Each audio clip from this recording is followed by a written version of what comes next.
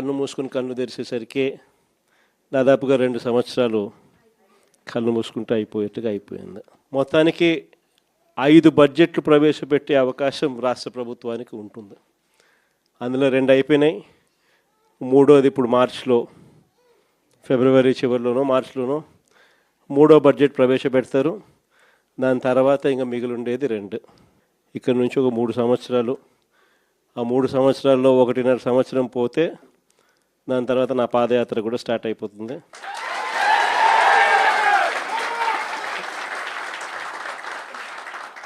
దాని తర్వాత మరో 1.5 సంవత్సరం నేను కూడా ప్రజలతోనే రోడ్ల మీదే ప్రజల్లోనే మమేకమవుతూ ఆ ప్రయాణం కొనసాగుతుంది. రెడ్ బుక్ రాజ్యాంగంతో ఎక్కడా కూడా ఎవరినైనా కూడా ఏమంటే అది నేను చేసేయచ్చు అని ఖండకావరంతో ఈరోజు పరిపాలన సాగిస్తూ ఉన్నారు. పాలనంతా కూడా అబద్ధాలు, మోసాలు. ఆ అబద్ధాలు ఆడుతున్నావయ్యా, మోసం ఎందుకు చేస్తున్నావయ్యా అని చెప్పి గట్టిగా నిలదీస్తే రివర్స్ ఉల్టా కేసులు పెడతా ఉన్నారు. పోలీసులను పంపిస్తూ ఉన్నారు. పోలీసు వ్యవస్థ ఎప్పుడు చూడని విధంగా దుర్వినియోగం అయిపోయిన పరిస్థితులు మొట్టమొదటిసారిగా చూస్తూ ఉన్నాం. జగన్ ఉన్నప్పుడే బాగుండేది. కనీసం ఆయన ప్రతి నెల ఏదో బటన్ నొక్కుతూ ఉన్నాడు. ఈరోజు నిజంగానే ప్రతి ఇంట్లో కూడా పోలికను చూస్తూ ఉన్నారు.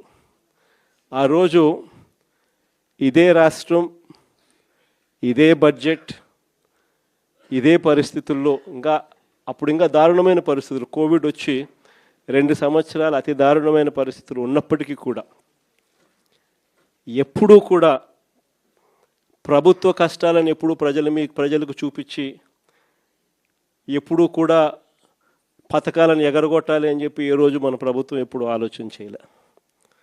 మన కష్టాలు ఎన్నున్నా కూడా ముఖంలో చిక్కటి చిరునవ్వే మెయింటైన్ చేశాం. ప్రజలకు మాత్రం చెప్పిన ప్రతి మంచి కూడా చేసి చూపించిన ప్రభుత్వం మనది. జగన్ వల్ల మంచి జరిగింది.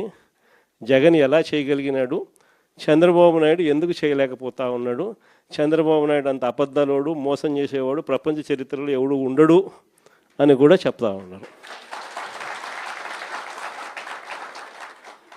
ఒకవైపున ఉన్న పథకాలన్నీ రద్దయిపోయాయి. మరోవైపున ఈయన చెప్పిన సూపర్ 6లు, సూపర్ 7లు అన్నీ మోసాల కింద తేలిపోయాయి.